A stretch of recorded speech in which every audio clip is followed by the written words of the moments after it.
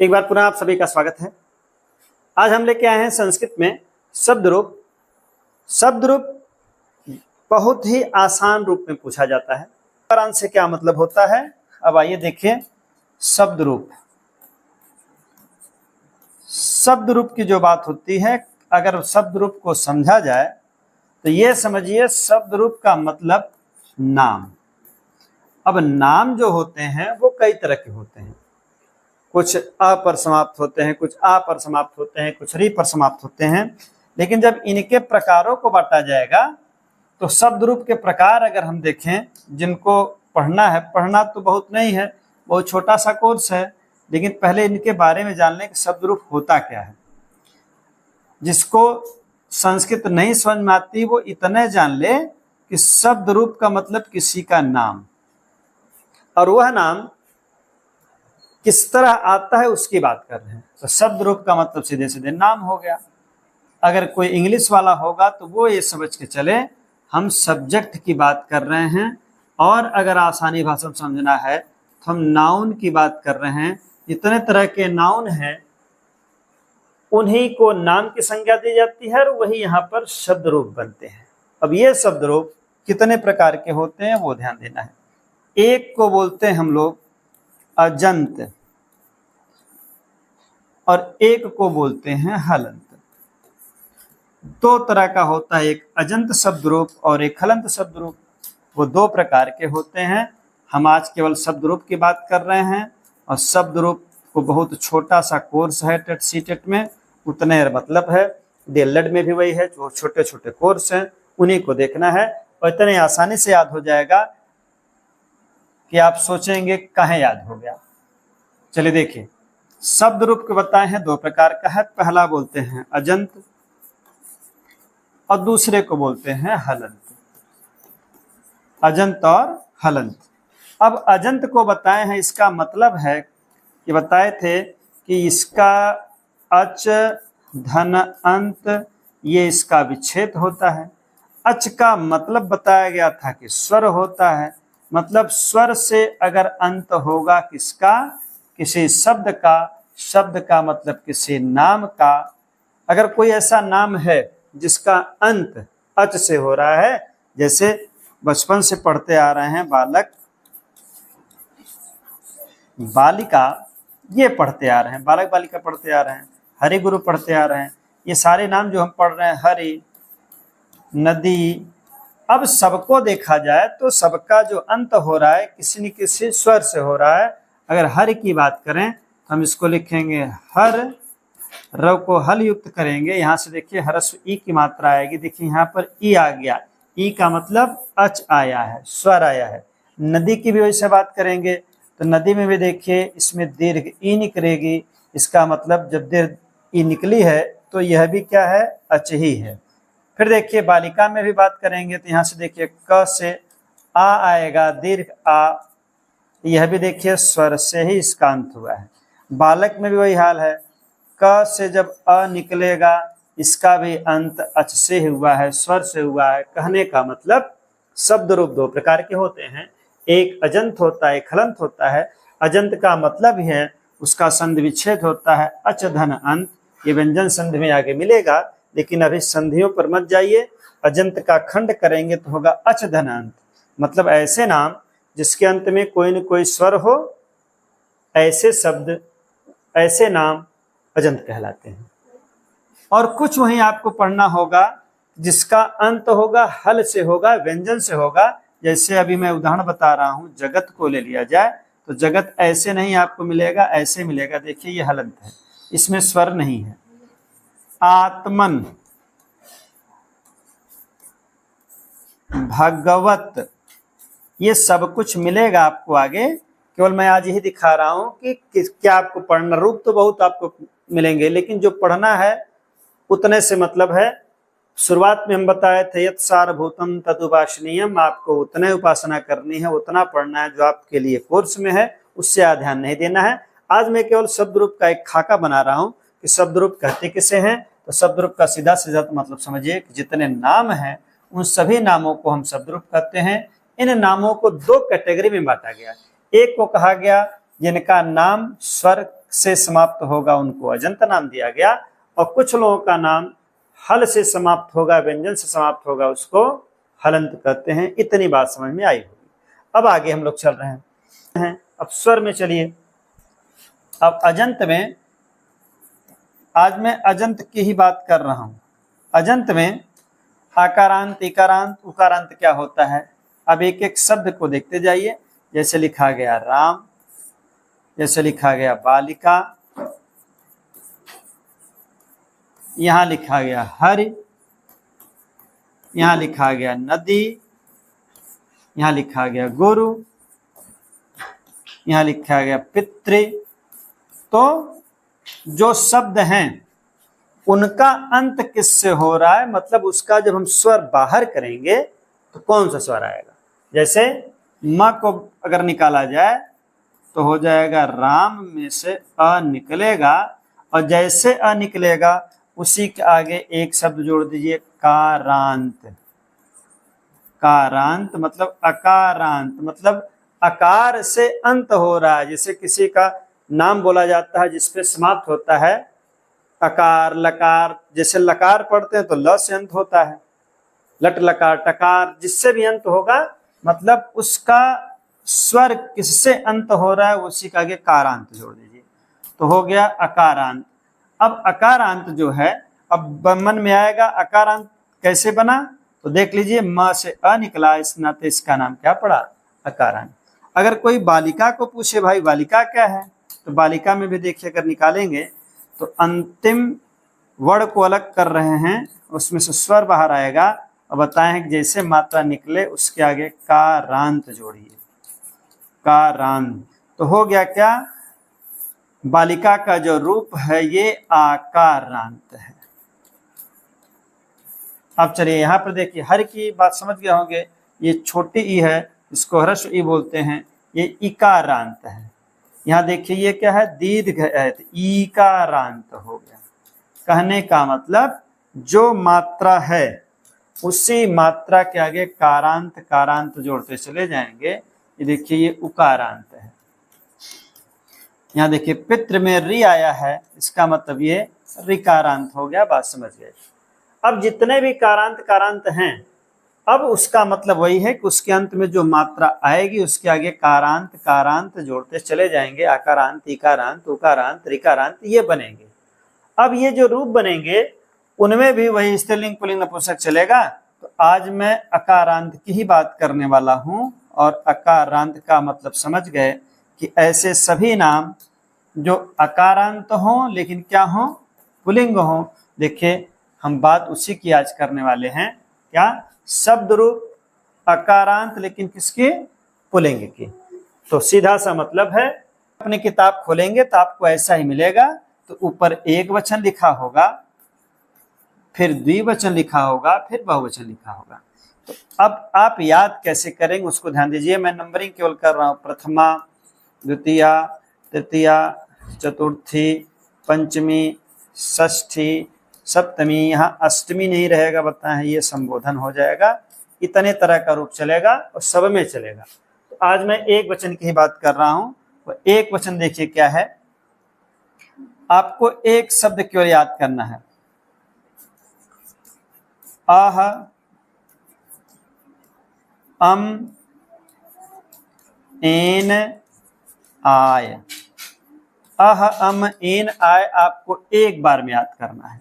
Uh um N I, और तीसरी है आत, अस्य, ए। यह एक वचन के सारे रूप तैयार हो गए। आपको याद क्या करना है, एक बार में झटके में बोल दीजिए, अह अम एन आय, आत अस ए। अह अम एन आय, आत अस ए। अह अम एन आय, आत अस ए। चार एक बार में, तीन एक बार में। इसके बाद दीजिए, मान लीजिए कोई पूछ दिया हमको राम का रूप सुना दीजिए, तो जो सात विभक्तियां इसको हटा रहे हैं। अब राम का रूप जिसका भी रूप पूछा जाए उसी को उसके सामने लिखिए। मान लीजिए हमको राम का रूप सुनाना है, तो सबके आगे राम राम लिखते चले जाइए। अभी देखिए हमारा रूप तैयार हो जाएगा 7 बार। अह अम एन आय, यहाँ पर फिर राम लिख रहे हैं, यहाँ पर भी राम लिख रहे हैं, यहाँ पर भी राम लिख दे रहे हैं, यहाँ पर भी राम लिख दिया जा रहा है।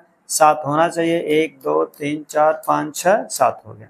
अब करना क्या है, दोनों को जोड़ दीजिए और यह इसके साथ ये मात्रा लगेगी, मतलब ये मान के चलिए ये हलंत हो जा रहा है और फिर मात्रा जोड़ दीजिए, सब में वही मात्रा जुड़ जाएगी। मतलब जो है, जैसे यहाँ पर अहम एन आए, राम का रूप बनना तैयार हो जाएगा।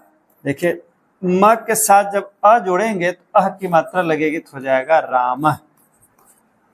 यहाँ देखिए म में जब फिर जुड़ेगा तो पूरा पूरा अ हो जाएगा रामम। फिर देखिए म पर ए की मात्रा लग जाएगी तो हो जाएगा रामेन। अभी हम बताएंगे न होगा किड़ा होगा, उसकी बात नहीं, अभी इसको ध्यान से देखिए। अब इसके बाद फिर क्या है, ये रामेण होता है, क्यों होता है अभी उसको बता रहे हैं। अब यहाँ देखिए अगला क्या है, म में फिर जुड़ेगा तो हो जाएगा रामाय।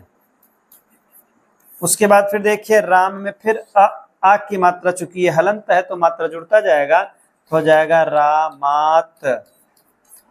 यहाँ पर देखिए फिर हलंत है, म में अ जुड़ जाएगा, हो जाएगा रामश्य। और यहाँ पर देखिए म पर केवल एक की मात्रा हो जाएगी तो हो जाएगा रामे। कहने का मतलब अह अम एन आय आत से आपको इतना रटना है, अह अम एन आय आत अस ए, अह अम एन आय आत अस ए। या क्यों डा होगा उस पर अभी बात कर रहे हैं। एक और रूप ले रहे हैं हम लोग, रूप ले रहे हैं नरेश का। अब नरेश का रूप बनाना है तो बताए हैं, जिसका भी रूप तैयार करना है सबके साथ हलंत युक्त लिख दीजिए 7 बार। नरेश नरेश हो गया 1 2 3 4 5 6 7। और वही लाइन याद करिए, कौन कौन आपको याद करना है। अह अम एन आय आत अस ए, अह अम एन आय आत, एक ही जगह हलंत है याद रखिएगा, केवल त में। अह अम एन आय, अब इसके बाद आत आत अश्य ए। इसको 10-20 बार चिल्ला दीजिएगा किसी के सामने, याद हो जाएगा आपको, पूरा रूप अकारांत का एक वचन तैयार हो जाएगा। क्या है देखें, अहम एन आय आत से, अहम एन आय आत से, अह अम एन आय आत अस ए, अह अम एन आय आत अस ए। जिसका भी रूप बनाना होगा अकारांत में, लेकिन वो पुल्लिंग होना चाहिए, उसके नाम के आगे आप हलंत लगा कर रख दीजिए। अब जोड़ना शुरू करिए। हिंदी में संस्कृत में दोनों में बताया गया था कि हम किसी भी हल युक्त वर्ण के साथ जब स्वर जोड़ते हैं तो वो हल समाप्त हो जाता है, मतलब ये जुड़ जाएगा, राम हो जाएगा। वही काम यहाँ करना है। देखिए श में अ जुड़ेगा, मतलब अह की मात्रा जुड़ेगी, हो जाएगा नरेशः। रूप देखिए बनना शुरू हो गया। यहाँ से देखिए क्या हो जाएगा, फिर इसमें ये जुड़ जाएगा, बताए हैं जुड़ते ही ये पूरा पूरा वर्ण तैयार हो जाएगा, व्यंजन तैयार हो जाएगा, नरेशम। यहाँ देखिए हलंत है 2 जगह, याद रखिए, म पर द्वितीय पंचमी 2 जगह हलंत है। उसके बाद देखिए क्या आएगा, अब यहाँ पर फिर देखिए हो जाएगा नरेशेन। नरेशेन अभी लिख रहे हैं, फिर बताएंगे बेड़ा क्यों होगा, अभी इस पर हम बात करेंगे। इसके बाद फिर देखिए यहाँ पर हो जाएगा, फिर देखिए स में जोड़ेंगे तो आ की मात्रा हो जाएगी, हो जाएगा नरेशाय। फिर देखिए इसमें फिर आ की मात्रा जुड़ेगी तो हो जाएगा नरेशात। और फिर देखिए इसमें जुड़ेगी आ की मात्रा, तो फिर देखिए अब की अ जुड़ेगा, पूरा पूरा श बनेगा, हो जाएगा नरेशस्य। फिर देखिए इसमें जुड़ेगा ए की मात्रा जुड़ेगी तो हो जाएगा नरेशे। अब ध्यान दीजिए क्या है, अब ये न और ड़ का चक्कर क्या है उसकी बात समझिए। अब कब न हो जाएगा कब ड़ हो जाएगा, उसके लिए आपको एक चीज ध्यान देना होगा कि हम ये न और ड़ का चक्कर क्या है, उसके लिए एक ट्रिक याद रखना है। क्या, रसरी। क्या याद रखना है, रसरी। ये रसरी कहाँ से आ गई, इस रसरी को बांध कर चलना, इसी रसरी से सबको बांधना है। मतलब किसी भी शब्द में अगर ये 3 वर्ण आगे र आ गया, मूर्धा वाला श आ गया और ऋषि ऋषि आ गया, तो वहां पर न नहीं होगा, वहां पर ड़ होगा, यही ध्यान देना है। इन तीनों वर्णों में से कोई वर्ण आ जाए। जैसे देखिए नरेश की बात की है, नरेश में देखिए र आया है, अब जहां पर न है वो क्या बन जाएगा, ड़ बन जाएगा और कुछ नहीं करना है, तो हो गया नरेशेण। अब आगे अभी हम राम की बात किए थे, देखिए राम में भी आया था रामेन, तो रामेन हो गया है, इसका मतलब राम में भी र आया था, इसका मतलब हम यहाँ पर क्या लिखेंगे, रामेण। तो न को तब हटाना है जब उस नाम में कहीं भी, जैसे अगर हम बात करें अभी वन की बात करें, वन के लिए पुल्लिंग हम ले रहे हैं, मान लीजिए हम एक शब्द ले लें महेश। अब देखिए अगर महेश का जब रूप बनाना हो तब क्या होगा, और एक र वाला उठा ले रहे हैं, मान लीजिए यहाँ पर हम लिख दें सूर्य का बना ले रहे हैं, सूर्य का रूप देखिए, गणेश का ही रूप ले लीजिए गणेश। इसमें भी देखिए दोनों में क्या अंतर है। अब दोनों में देखिए कहीं भी इसमें न तो इसमें 3 अक्षर ने, न तो र आया है, न तो श आया है, न तो री आया है। अगर ये तीनों आए होते तो तृतीया में जहां न था वहां ड़ हो जाता, लेकिन इसके अलावा अगर कुछ भी आएगा तो हम रूप बना लेंगे। देखिए अब यहीं पर अम बनाना शुरू कर देने, हो जाएगा देखिए रमेशः, यहाँ पर देखिए महेशः, महेशम, महेशेन, महेशाय, महेशात, महेशस्य, महेशे। गणेश का विषय बनेगा गणेशः, गणेशम, गणेशेन, गणेशाय, गणेशात, गणेशस्य, गणेशे। अगर हमको बना लेना है एक और रूप, जैसे हमको बालक का बनाना है, देख लीजिए बालक का रूप बनाने के लिए वही काम फिर करेंगे, सब में हलंत लगा दे रहे, इसका हलंत, तो हर जगह हलंत रहेगा और आगे वाला जुड़ता चला जाएगा। कौन कौन, वही ट्रिक, अह, अम, एन, आय, इसको एक बार बोलना है अह अम ए आय, और लास्ट में एक सिद्ध बोल देना क्या है, आत अस्य ए, आत अस्य ए। ये सातों रूप अकारांत का तैयार हो गया। इसका काम अनुवाद में लगेगा, वाच्य परिवर्तन में लगेगा और कई जगह लगेगा। इस कारण मैं अभी केवल एक वचन का लेके आया हूं, फिर द्विवचन बहुवचन और आसान है, उसको याद कर लेंगे। किसी का भी रूप जो पुल्लिंग हो, जान लीजिए आपके घर में जितने पुल्लिंग नाम हैं, भाई में, मित्र में, आपके अड़ोस पड़ोस में, समाज में, अगर वो अ पर समाप्त हो रहे हैं और पुरुष है तो उसका रूप आप ऐसे ही चला सकते हैं, किसी का भी रूप। जैसे बालक का रूप बन गया, बनाते चलिए, देखिए क्या हो जाएगा। अब यहाँ से बनेगा बालकः, जो बचपन से रट रहे हैं बालकः, देखिए इसके साथ हो जाएगा बालकम, बालकम, एक दो जगह हलंत याद रहे। यहाँ देखिए क्या हो जाएगा बालकेन, बालकेन, फिर आ जाएगा देखिए इसमें जुड़ेगा तो आ की मात्रा जुड़ेगी, हो जाएगा बालकाय। फिर देखिए इसको जोड़ेंगे तो हो जाएगा, फिर आ की मात्रा जुड़ेगी, हो जाएगा बालकात। फिर देखिए इसके साथ जुड़ेगा तो हो जाएगा आ की मात्रा, इसमें और जो है फिर जुड़ जाएगा, याद रहे ये हलंत है, इसके साथ जुड़ेगा तो बालकस्य, क्योंकि कोई मात्रा नहीं अ है तो बालकस्य। और अंत में देखिए केवल इस हलंत युक्त पर जब एक की मात्रा लगेगी तो सीधे हो जाएगा बालके, यहाँ संधि नहीं लग रही है, केवल मात्रा लग रही है। अब यहाँ पर देखिए जो तृतीया था जहां पर न आया है, यह न पर ही खत्म होगा। क्यों ऐसा होगा, क्योंकि बालक में देखिए इस बालक शब्द में पहला दूसरा तीसरा कहीं भी न तो र आया है, न तो श आया है, न तो री आया है, इस कारण यहाँ पर न का न ही पड़ा रहेगा। लेकिन अगर वहीं जब बालक के साथ राम का रूप बनाएंगे तो सब तो वैसा रहेगा, केवल यही न की जगह पर हो जाएगा रामेण, रामेण हो जाएगा, तो बालकेन रामेण।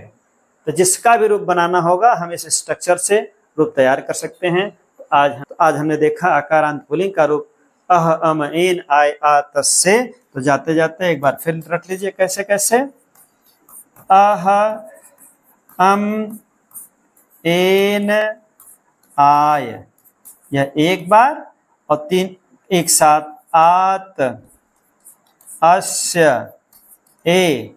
अब जिसका भी रूप चलाना होगा, जैसे हमको चला देना है किसी का रूप, जैसे मान लीजिए कोई को पुल्लिंग माना जाता है, तो वृक्ष का भी रूप वैसे ही चलेगा, वृक्षेण होगा। क्यों? क्योंकि री आ चुका है, देखिए।